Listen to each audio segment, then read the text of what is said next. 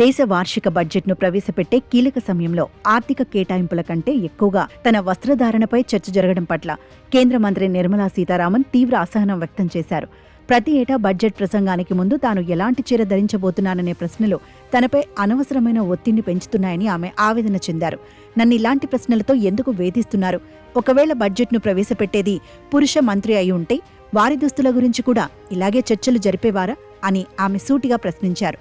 తను ధరించే చీరను కూడా బడ్జెట్లో ఒక ప్రధాన అంశంలా మార్చేయటం సరికాదని, ఇది చర్చించాల్సిన విషయం కాదని ఆమె స్పష్టం చేశారు. ముఖ్యమైన ఆర్థిక విధానాలను పక్కన పెట్టి బాహ్య రూపంపై దృష్టి పెట్టడం వల్ల అసలు సిసలైన బడ్జెట్ అంశాలపై పట్టు కోల్పోయే ప్రమాదం ఉందని ఆమె హెచ్చరించారు.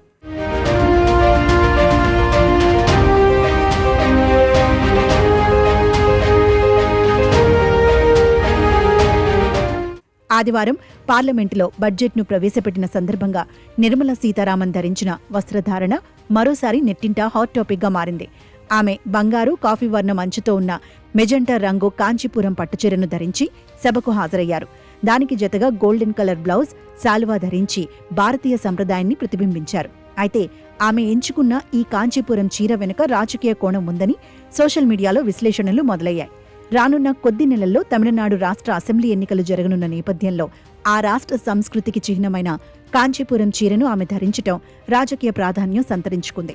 ఈ నేపథ్యంలోనే ఆమె స్పందిస్తూ ప్రజలు బడ్జెట్లోని లోతుపాతులను, దేశ ఆర్థికాభివృద్ధికి సంబంధించిన గణాంకాలను గమనించాలి తప్ప తన చీరల రంగుల గురించి కాదని హితవు పలికారు.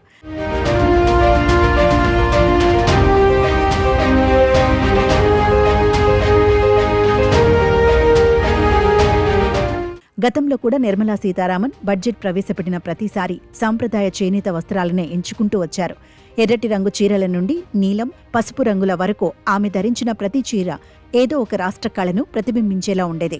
బడ్జెట్ పత్రాలను పట్టుకెళ్లే బహి ఖాతా నుండి డిజిటల్ ట్యాబ్లెట్ వరకు ఆమె చేసిన మార్పుల తరహాలోనే ఆమె వస్త్రధారణ కూడా స్వదేశీ మార్కును చూపిస్తుందనేది నెటిజన్ల వాదన. కానీ ఈసారి ఆమె ఈ చర్చలను తీవ్రంగా ఖండించటం గమనార్హం. అనవసరమైన విషయాలపై శ్రద్ధ చూపటం వల్ల దేశ భవిష్యత్తును నిర్ణయించే ఆర్థిక అంశాలు మరుగున పడిపోతాయని ఆమె అభిప్రాయపడ్డారు. ఇప్పటికైనా మీడియా మరియు సోషల్ మీడియా జనం వ్యక్తిగత విషయాల కంటే విధానపరమైన నిర్ణయాలపై దృష్టి పెడితే బావుంటుందని ఆర్థిక మంత్రి ఘాటుగా సూచించారు.